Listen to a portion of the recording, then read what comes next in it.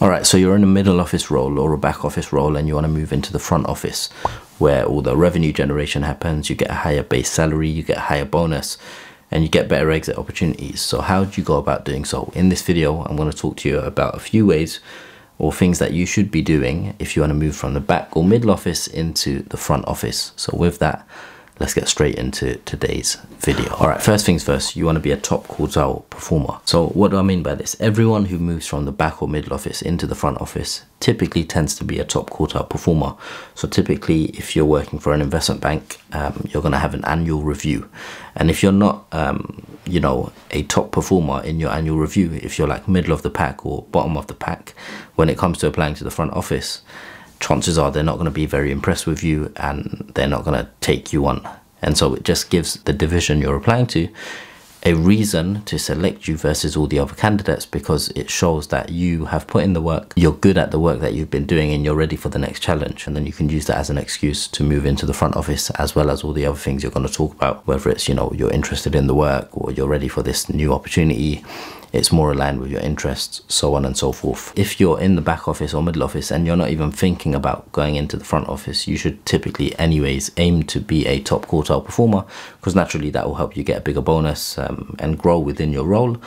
But the added benefit is, if you are a top quartile performer, you can leverage that when you want to eventually, or if you want to move into the front office. All right, if you're in a back office or middle office role, you're typically going to be working with people who are in the front office, right? Because you're kind of like support, or you're helping them do what they got to do to win business from an operational standpoint or a risk management standpoint. Now, when you are having these interactions with the front office people, it's important to kind of build on your relationships or build on your network with people in the front office.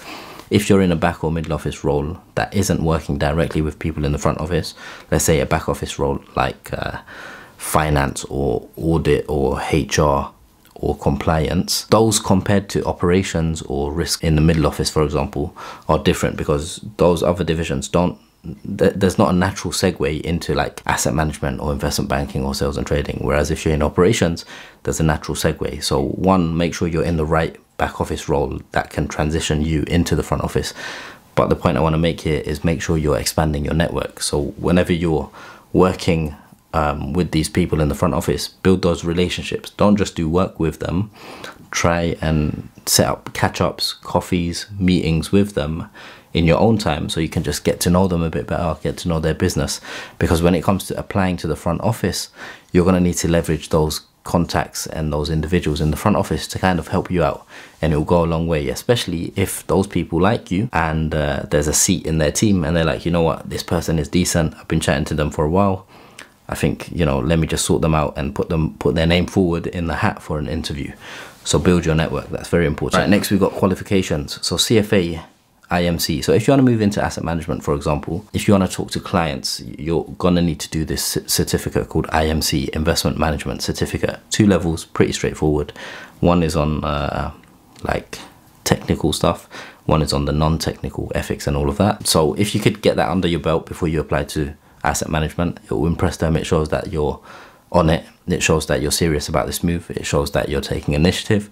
Next level up is obviously CFA. That's extremely time intensive. It requires a lot of time commitment and dedication. But if you've done level 1, for example, before, and you're in the back office and you want to move into a technical or a product or investment role in the front office, then that just shows them, all right, this person's done level 1, they've passed it, so they're smart, they know what they're doing.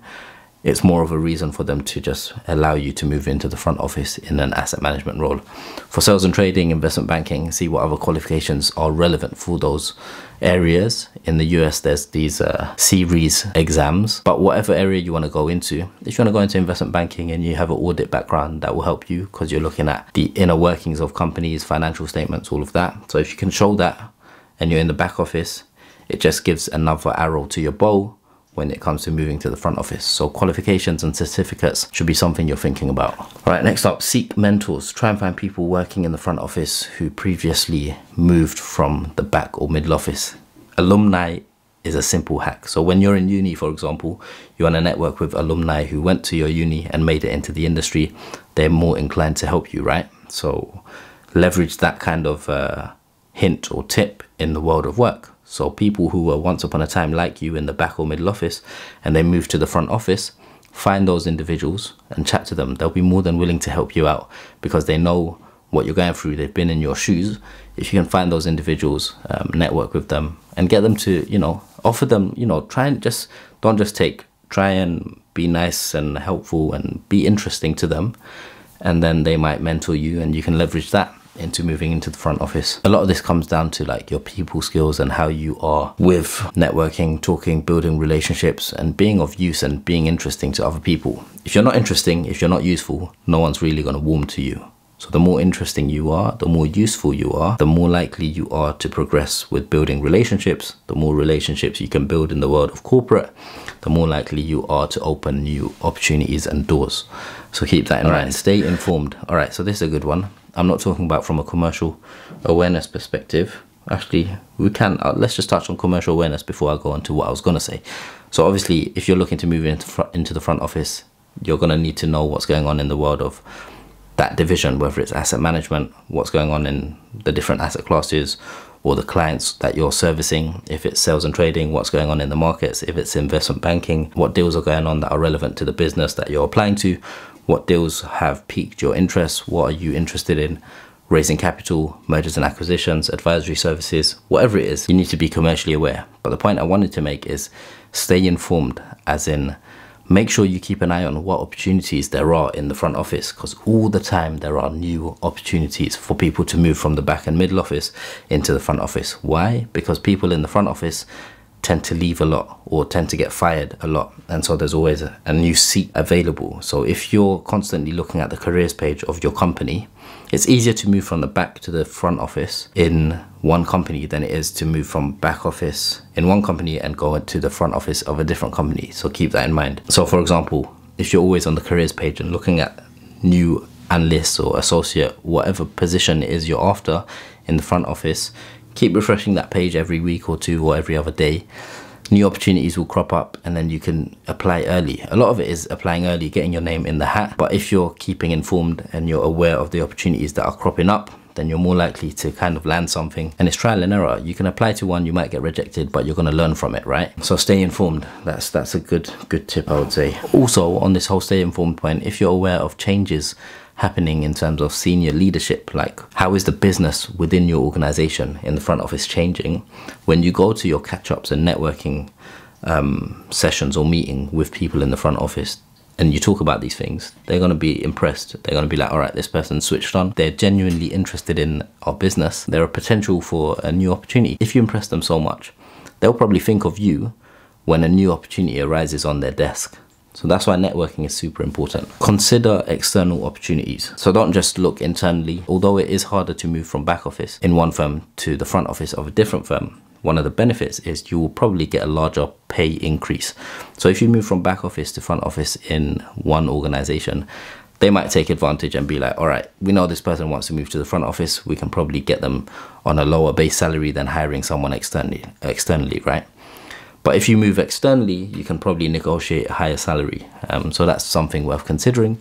Ask yourself, do you love your firm, the culture? If so, stay there, move to the front office. If you're not a fan of it, or if you're open to new cultures and different firms, and if you want potentially a higher salary or a higher base package, then you should explore other companies. All right, last one, stay persistent and patient. Yeah, play the long game, honestly.